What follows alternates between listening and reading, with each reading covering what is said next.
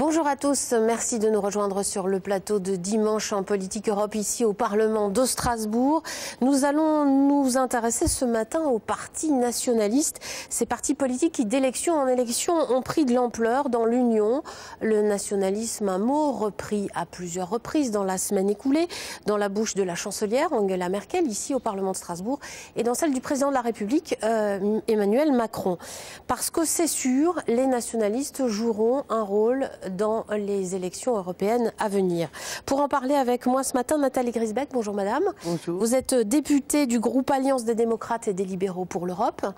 Édouard Martin, bonjour. Bonjour. Vous siégez, vous, dans le groupe des socialistes et démocrates. Et enfin, Gilles Le Breton, bonjour monsieur. Bonjour. Vous êtes député de l'Europe des nations et des libertés. Alors si vous le voulez bien, on va commencer par l'actualité de la semaine ici au Parlement avec la visite de la chancelière Angela Merkel. La chancelière est venue donner sa vision de l'Europe. On regarde le reportage de Christine Beauce. Angela Merkel a fait le plein de curieux dans les couloirs du Parlement européen et de députés européens dans l'hémicycle. Il faut dire que la vision de l'avenir de l'Europe de la chancelière est très attendue à 6 mois des élections européennes. En 35 minutes de discours, Angela Merkel n'a éludé aucun sujet. L'état de droit, qui doit être le même partout en Europe, les flux migratoires qui engagent la solidarité européenne, et en matière de politique extérieure de sécurité, elle a été très claire. En tant qu'Européens, nous devons prendre beaucoup plus fort qu'avant notre destin en main si nous voulons nous renforcer en tant que communauté.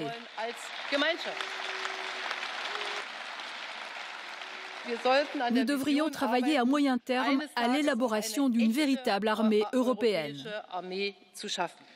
Une réponse explicite à la proposition française d'une défense européenne.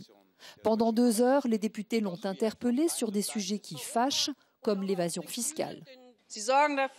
Les États n'empêchent pas l'évasion fiscale de certaines entreprises. Il y a 17 milliards d'euros qui échappent à l'impôt chaque année. Il faut que ça cesse. Angela Merkel a été plébiscitée en plaçant la solidarité au cœur de l'action européenne. Nationalisme et égoïsme ne doivent plus jamais avoir de prise en Europe. En revanche, solidarité et tolérance sont notre avenir commun. C'est ce qui s'appelle trouver les mots pour enthousiasmer l'hémicycle. Alors, pour enthousiasmer l'hémicycle, Nathalie Griesbeck, solidarité, c'est un mot que la chancelière a utilisé à de multiples reprises mardi. C'est un mot qui vous parle ? Bien sûr.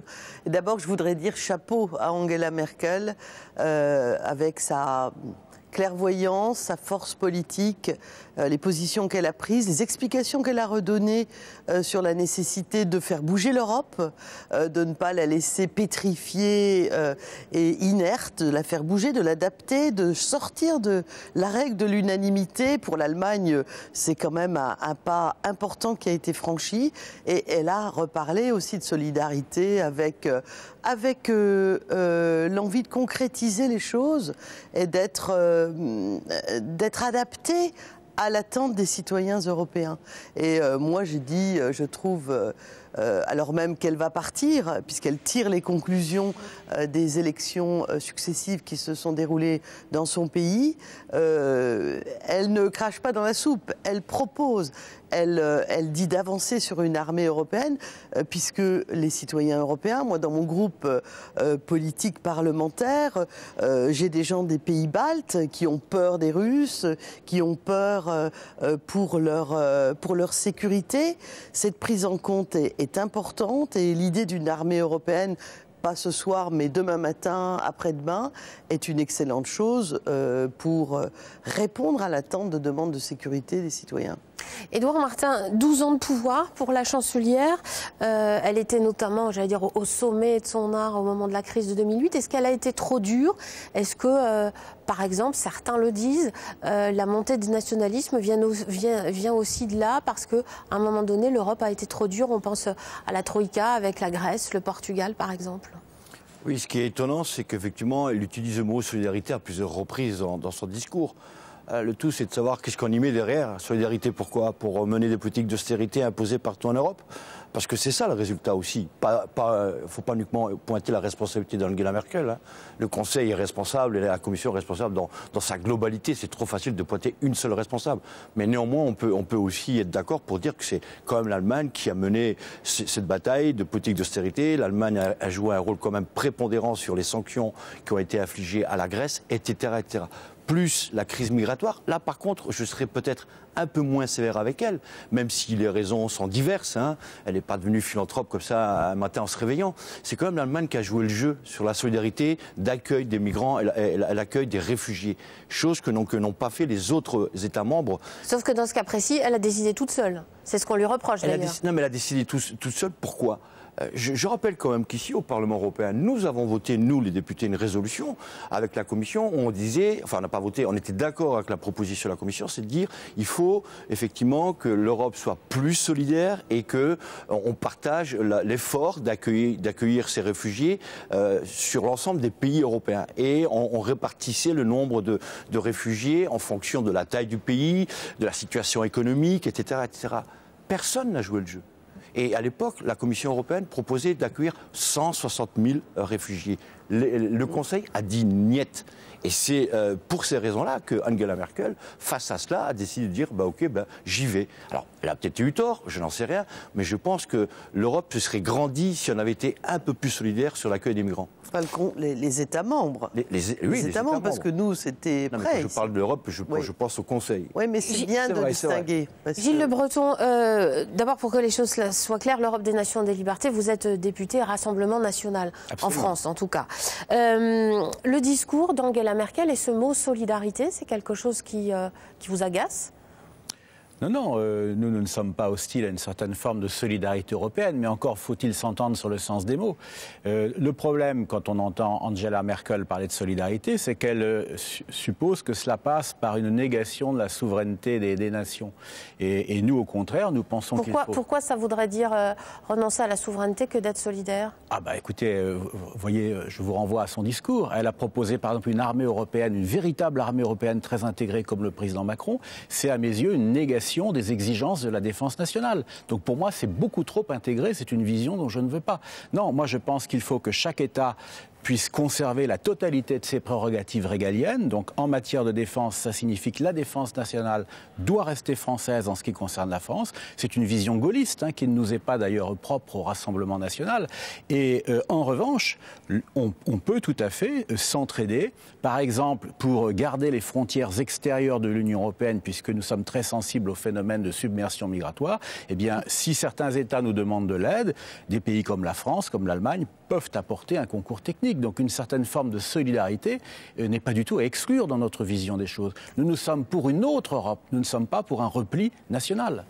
Vous voulez intervenir ? Juste pour rebondir par rapport à ces propos, vous n'avez pas le monopole de l'envie de faire bouger l'Europe et dire que Merkel s'occupe de la souveraineté et la brise, c'est manier l'hypocrisie. Vous avez par exemple, votre groupe, voté contre Frontex rénové, qui parlait justement et qui a organisé le contrôle aux frontières extérieures. Donc, je crois que c'est très important. Cette émission porte sur le nationalisme. Il y a une belle formule qui dit que le nationalisme, c'est la guerre. Merkel a rappelé dans son discours, si vous l'avez entendu dès le début, que l'Europe, c'est 7% de la population du monde. Et que cette protection, cette demande de sécurité, c'est une demande qui est une demande des citoyens européens par rapport aux défis, aux dangers qui sont les leurs en Europe. Donc, ne maniez pas les fausses informations, ou alors soyez en cohérence avec ce que vous dites sur les plateaux de télé et ce que vous faites dans les votes. Alors, je vais vous répondre. Notamment Frontex. Par exemple, vous-même avez invoqué Frontex et puis n'invoquez pas les mannes du général de Gaulle. Alors, écoutez, d'abord, j'ai le droit d'invoquer. Moi, j'étais sur la tombe du général le 9 novembre, comme chaque année. Donc, je suis gaulliste, je l'ai toujours été, que ça vous plaise. Alors, d'un mot sur Frontex et puis sur Frontex, nous avons voté contre. Pourquoi ? Parce que c'est un système... Vous dites tout et son contraire. Non, mais laissez-moi vous répondre. Vous allez voir, tout va s'éclairer, ne vous inquiétez pas. C'est parce que Frontex et dans le cadre du système Schengen. Or, nous sommes hostiles au système Schengen. Car nous ne voulons pas seulement un contrôle aux frontières extérieures de l'Union, nous voulons aussi un contrôle aux frontières nationales. Or, votre système Frontex, le gros problème, c'est que c'est une justification que vous apportez pour cautionner la suppression des contrôles aux frontières nationales. Et ça, nous ne sommes pas tombés dans le piège, nous ne voulons pas de cela. Je vous donnerai le texte et puis vous en parlerez avec Orban et Salvini, vos amis. Puisque vous avez parlé de l'armée et de la guerre, on va revenir à dimanche dernier, puisqu'on a célébré le centenaire de l'armistice de 1918. De nombreux chefs d'État et de gouvernement se sont retrouvés pour l'occasion. Un moment privilégié aussi peut-être pour rappeler que grâce à l'Europe, disons-le, l'Europe vit sans guerre depuis 73 ans. Le président Macron en a profité pour apporter quelques précisions. On l'écoute. Cette vision de la France comme nation généreuse, de la France comme projet, de la France porteuse de valeurs universelles, a été dans ces heures sombres exactement le contraire de l'égoïsme d'un peuple qui ne regarde que ses intérêts. Car le patriotisme est l'exact contraire du nationalisme. Le nationalisme en est la trahison. En disant « nos intérêts d'abord et qu'importe les autres », on gomme ce qu'une nation a de plus précieux, ce qui la fait vivre, ce qui la porte à être grande, ce qui est le plus important, ses valeurs morales. Alors, Nathalie Griesbeck, la distinction entre patriotisme et nationalisme, certes, elle est importante. Est-ce qu'elle est facilement audible pour les citoyens français ? Je pense que le patriotisme, ça parle de paix, ça parle de respect de la volonté de chaque peuple. Et quand il dit que le nationalisme, c'est la trahison du patriotisme, c'est très important parce que ça permet de réfléchir et d'amener les gens à distinguer dans tout ce fatras d'informations contradictoires ou d'incohérences qui ne sont pas soulevées. Et je pense qu'aujourd'hui, il est très important de ne pas simplement ajouter de l'angoisse à l'angoisse. Nos concitoyens sont inquiets. Certaines réponses n'ont pas été apportées à des questions qu'ils se posent et pour lesquelles ils veulent des réponses. Les flux migratoires, la protection des réfugiés quand ils répondent aux critères de réfugiés, le travail et le partenariat avec les pays tiers, la protection de l'espace européen. Et donc ça, c'est du patriotisme. Et ajouter de l'angoisse à l'angoisse, ça ne permet pas de résoudre les problèmes. Nous, on est un certain nombre ici de groupes divers à essayer de bouger les choses, à changer les lignes de façon à apporter des réponses. Et le patriotisme, c'est quelque chose qui se conjugue tout à fait avec l'envie d'avoir une action collective unie par rapport à un but qui est attendu par les citoyens européens.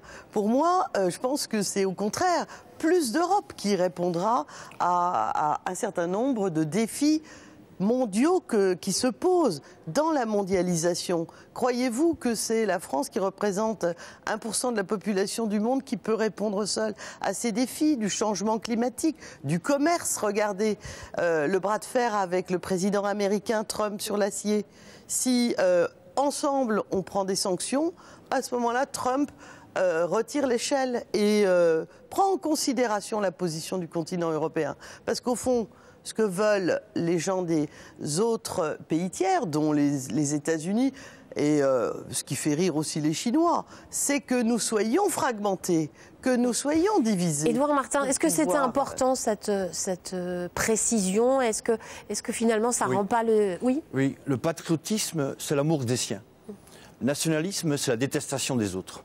Et c'est là-dessus où le nationalisme a son creuset et mène sa politique. Mais moi, j'aimerais quand même s'arrêter 2 secondes sur ce que vous avez dit. C'est quand même la première fois dans notre histoire commune où nous avons une période de paix aussi longue. On passe trop vite là-dessus. Et ça, c'est grâce à l'Europe. Ça, c'est grâce à l'Europe. Personne ne peut dire le contraire. Et moi, j'observe, là où les nationalistes ont gagné les élections, la Hongrie, la Pologne, les premières victimes du nationalisme, ce n'est pas les autres. Ce sont les citoyens des pays en question eux-mêmes. À quoi s'est attaqué le gouvernement polonais? À quoi s'est attaqué le gouvernement hongrois? À la liberté de la presse, à la liberté d'association, aux droits des femmes, à l'indépendance de la justice, etc., etc. Les premières victimes, ce sont les citoyens eux-mêmes. Donc là, ils vendent un leurre. Donc je dis attention, nationalisme, certains essaient de faire croire l'ennemi, il est à l'extérieur. Nationalisme, l'ennemi, il est à l'intérieur. C'est ceux qui prennent le pouvoir à travers ce genre de propos et à travers ce genre de politique qu'ils mènent à l'encontre du peuple qui soi-disant, ils sont censés représenter.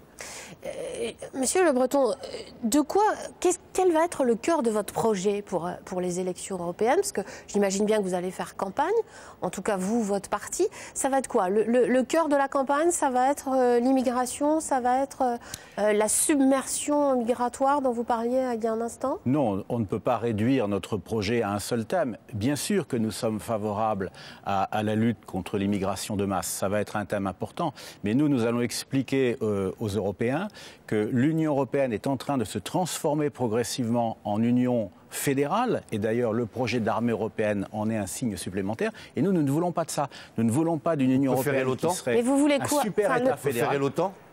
Pas du tout. Non, je vous pose la question. Vous préférez l'OTAN? Je vous l'ai déjà expliqué qu'en matière de... Vous préférez l'OTAN alors? Non, en matière de défense nationale, nous avons une vision très gaulliste, c'est-à-dire que chaque État doit maîtriser sa propre défense nationale. Ce qui n'empêche pas ensuite d'éventuels accords bilatéraux d'État à État. On s'entend par exemple assez bien avec le Royaume-Uni, mais je ne veux pas que la France soit immergée dans un grand ensemble. Non. La défense nationale, c'est une affaire. La défense nationale, elle toute seule. La défense nationale, c'est une affaire trop grave pour qu'on en confie les clés à des gens qui ne seraient pas français. Nous, en tant que Français, nous devons assurer nous-mêmes notre propre survie. Et nous en sommes capables. Sur la défense, on a compris, sur l'euro, sur le Parlement européen, parce que vous êtes aujourd'hui parlementaire européen. Bien sûr. Vous faites quoi? Vous voulez sortir du Parlement? On garde le Parlement? On continue quand même comme ça? On fait quoi? Nous gardons bien entendu un Parlement européen, puisque nous pensons qu'il est important d'avoir un lieu de débat. Voilà, un lieu de débat entre... sortir de l'Europe et de l'Union. Donc vous avez toujours dit. Y être et en même temps. Alors, donc on garde le Parlement. Vous ne m'avez sans doute pas entendu. Moi, je n'ai jamais dit ça. Votre parti. Voilà. Vous représentez votre parti quand même. Non. Nous voulons une Europe des nations. Notre groupe s'appelle Europe des nations. Ça n'est quand même pas pour rien. Cela veut dire que nous voulons. Parlement européen. Nous voulons une.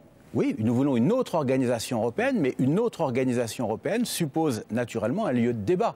Sans ça, il n'y aura rien du tout. Non, mais donc vous allez vous présenter mais pour nous, à siéger dans un Parlement que vous ne voulez plus, c'est ça? Oui. Non, vous n'avez pas du tout compris. C'est ce que vous voulez dire. Non, je viens de vous dire que nous sommes partisans de conserver un Parlement européen. Et qui servirait à quoi En revanche, je vous dis, c'est un lieu de débat qui permet au peuple de se rencontrer. Mais uniquement de débat, pas de décision, pas de... C'est le Conseil, dans notre esprit, qui doit être l'organe majeur, puisque le Conseil, c'est la réunion des chefs d'État et de gouvernement, donc c'est la meilleure façon de respecter les souverainetés nationales.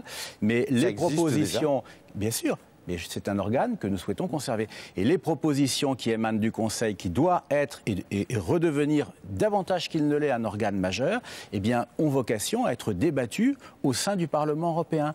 Voilà, donc nous sommes pour une organisation européenne beaucoup plus souple. Mais et concernant l'euro, moi, j'aimerais vous dire quelque chose sur le nationalisme, puisque c'était notre thème de départ. Ouais. La vision et l'opposition qu'a faite le président Macron, qui est une opposition très classique entre patriotisme et nationalisme, est extrêmement simplificatrice. Le patriotisme, c'est un sentiment, c'est l'amour de sa patrie. Donc je crois que c'est très répandu, heureusement, pas seulement parmi les membres du Rassemblement national. Le nationalisme, c'est une vision du monde qui consiste à affirmer que les nations sont la réalité politique première. Et à ce titre, c'est un courant de pensée qui est parfaitement respectable et qui n'est pas forcément égoïste par nature. Et je vous renvoie aux travaux du grand historien Michel Vinocq, qui vous expliquera qu'au cours de l'histoire, il y a eu des nationalismes agressifs, qu'il appelle les nationalismes fermés. Ceux-là, nous n'en voulons pas. Évidemment, nous ne voulons pas la guerre. C'est la guerre. Non, pas du tout. Et il y a des nationalismes ouverts, dit Michel Vinocq. Illustrés par exemple par le général de Gaulle, qui à sa façon était un grand nationaliste, et qui sont des visions du monde qui sont respectueuses de l'existence de l'ensemble des nations. Et c'est ce nationalisme-là, bien entendu, qu'il faut promouvoir. Le nationalisme ouvert, une question, alors sur l'euro, vous ne m'avez pas répondu, le nationalisme ouvert, on va rapidement évoquer l'Italie et le bras de fer actuel entre Bruxelles et Rome sur le budget de l'Italie. C'est ça un nationalisme ouvert ? C'est ce bras de fer, c'est un des pays fondateurs de l'Europe qui dit finalement à Bruxelles j'en ai rien à faire de ce que vous me dites, le budget, je le fais comme je veux Alors non, vous ne pouvez pas dire ça. L'Italie est engagée dans un dialogue, certes, de fermeté avec l'Union européenne, mais je vous ferai observer quand même que l'Italie respecte là une des grandes règles de l'Union européenne, c'est qu'elle propose un déficit budgétaire qui est très en dessous de la limite maximale des 3% du PIB. Les experts Donc pensent vous ne pouvez pas dire que l'Italie ne respecte rien. Les experts pensent que ça ira bien au-delà des 3%. Ils écoutez, proposent 2,4, mais ils experts contre experts, parce que les experts de Salvini disent l'inverse. Voilà, mais les experts de Bruxelles pensent qu'ils iront bien au-delà des 3%. C'est important. Là, on voit à peine élu le gouvernement de Salvini. Enfin, c'est pas lui le Premier ministre, mais bon, c'est comme s'il l'était. En réalité, c'est comme s'il l'était. Mais regardez le budget proposé par l'Italie. Qui sont les premières victimes du budget? Ce sont les Italiens eux-mêmes. Ils ont vendu du vent. Parce que les politiques menées par Salvini, c'est quoi? C'est aussi des cadeaux fiscaux aux entreprises. C'est essentiellement là-dessus. Et lorsqu'il parle d'un revenu citoyen, de citoyenneté, les 728 €, là, autre mensonge. L'État italien ne va pas donner 728 € à 6 millions d'Italiens. Il va compenser le différentiel. Vous voyez, comme quoi, c'est un très bon communicant, mais pour tromper son propre peuple, premièrement. Deuxièmement, moi, je reconnais la légitimité à l'Italie de dire ce budget-là, c'est le nôtre, on l'a choisi. Au revoir, messieurs, dames, Bruxelles, vous n'avez pas à m'imposer. En même temps, on est quand même dans un collectif. Mais, OK, soi-disant. La seule question que j'aimerais poser, moi, au gouvernement italien, c'est que si demain, l'Italie se retrouve en cessation de paiement, qui va venir au secours de l'Italie? Qui va venir au secours de l'Italie? Est-ce que vous, Français, vous allez venir renflouer les caisses des Italiens s'ils se retrouvent en cessation de paiement? Le déficit est quand même le deuxième de l'Europe derrière la Grèce, donc on n'est quand même pas très loin. Je ne veux pas polémiquer, mais vous donnez là encore une vision de l'économie italienne qui est caricaturale. Le pari de Salvini, vous le savez bien, ce n'est pas du tout de ruiner son pays, c'est de favoriser... Ça peut arriver. Je vais vous le dire. Ça peut arriver à tout le monde, mais son pari, et qui est extrêmement intéressant, c'est de rompre avec la politique d'austérité et de pratiquer une politique de relance économique. Et il espère ainsi faire redémarrer l'économie italienne. Et moi, je trouve que ça vaut la peine d'être tenté. Monsieur Le Breton, une économie italienne qui est basée sur les échanges avec qui? Avec l'Europe, avec le monde. Avec nous. Donc l'Europe, c'est pas un supermarché où vous venez avec votre caddie, vous prenez ce qui vous intéresse et vous laissez ce qui vous intéresse pas. Donc si vous n'acceptez pas les règles communes... Non, mais c'est ça. Vous n'êtes pas son porte-parole, vous en donnez une vision caricaturale. J'ai le droit d'avoir un regard critique ou vous me l'interdisez? Bien sûr que oui, mais vous vous trompez. Vous n'êtes pas au pouvoir encore. Quand vous dites vous vous trompez, ça veut dire quoi? Ça veut dire que vous y croyez à ce mode de fonctionnement? Et justement, et je reviens à ma question, est-ce cela le nationalisme ouvert dont vous parliez il y a un instant? Salvini ne veut pas du tout couper les ponts avec l'Union européenne, il n'arrête pas de le dire lui-même. Il veut inscrire l'Italie dans le cadre de l'actuelle Europe, puisque l'Europe existe, mais simplement, il demande à bénéficier d'une marge de manœuvre pour effectuer sa politique de relance économique. C'est quand même la moindre des choses, parce que si un État ne peut plus avoir de politique économique, alors c'est très bien, il terminé. n'y a pas de problème, ça ne me pose pas de problème, mais très bien. Mais si ça ne marche pas, qui va venir aider l'Italie? C'est une question que je vous pose. Vous n'avez pas répondu à cette question-là. Alors, si ça ne marche pas, c'est l'Europe, dans le cadre actuel des choses, qui l'aidera. Et donc l'Europe n'a rien à dire. Attendez, pourquoi partez-vous du principe que ça ne marchera pas? C'est une question, c'est une hypothèse. Parce que, vous savez, entre nous, notre pays, la France, n'a pas de leçons à donner. Mais je ne donne pas de malheureusement, j'aimerais bien que nous puissions en donner. C'est d'ailleurs ce que le gouvernement italien a déjà fait lors des récentes inondations. Il a appelé l'Europe à l'aide. Bien sûr, exactement, un très bon exemple. Juste d'un mot, puisqu'on arrive au terme de cette émission. Vous allez vous-même faire campagne pour ces élections. Vous allez, mouiller la chemise. Vous allez y aller. Vous allez être candidat. Alors, candidat, je ne le sais pas. C'est une décision du parti. Mais quoi qu'il en soit, je ferai naturellement campagne, bien sûr, pour la liste du Rassemblement national. Nathalie Griesbach, même question. Votre groupe s'est associé, enfin je ne sais pas comment on dit, avec La République En Marche. Oui, le MoDem oui, là je parle du MoDem, bien sûr. De La République En Marche, parce que nous portons la même vision d'une Europe qui doit bouger, qui doit sortir de la candeur dans un monde qui est dangereux. On n'a pas parlé de terrorisme, on n'a pas parlé Vous craignez ces élections et cette campagne qui risque d'être... Je pense que c'est très intéressant ce débat ce matin. En poussant notre collègue un peu dans ses retranchements, on voit que, à part la posture, qui parfois est incohérente et assez souvent avec les votes, il y a des choses à dire. Et moi, j'ai envie de faire en sorte qu'il y ait une protection pour les générations qui arrivent et qu'on ait du bon sens par rapport aux défis qui se posent. En tout cas, vous, clairement, vous allez vous engager, vous êtes déjà engagé. Pour une Europe qui bouge, qui change. C'est pour ça que j'étais contente d'entendre Mme Merkel et d'entendre aussi le président de la République. Je pense qu'il y a beaucoup de choses à changer, à bouger, mais que préserver la paix, préserver nos forces, ne pas devenir des vassaux d'autres empires continents, c'est très important. Merci. Édouard Martin, vous aviez dit un mandat, pas plus. Vous y tenez, vous Je n'ai pas changé d'avis. Donc je suis désolé, je casse l'adage qui dit qu'il n'y a que les imbéciles qui ne changent pas d'avis. Je dois en être un parce que je n'ai pas changé d'avis. Parce que j'estime tout simplement que la politique, ça ne doit pas être un métier. Un mandat, c'est bien, 5 ans. Donc vous n'y retournez, mais vous ferez campagne quand même. Campagne, évidemment, je ne veux pas être spectateur de la campagne. Moi, je suis pro-européen et je ne veux pas tomber dans le piège. C'est ou l'Europe d'Emmanuel Macron ou l'Europe des nationalistes. Non, il y a entre les deux une alternative. Merci beaucoup en tout cas à tous les trois d'être venus ce matin sur ce plateau. Très bon dimanche à tous sur France 3 Grand Est et à bientôt. Merci.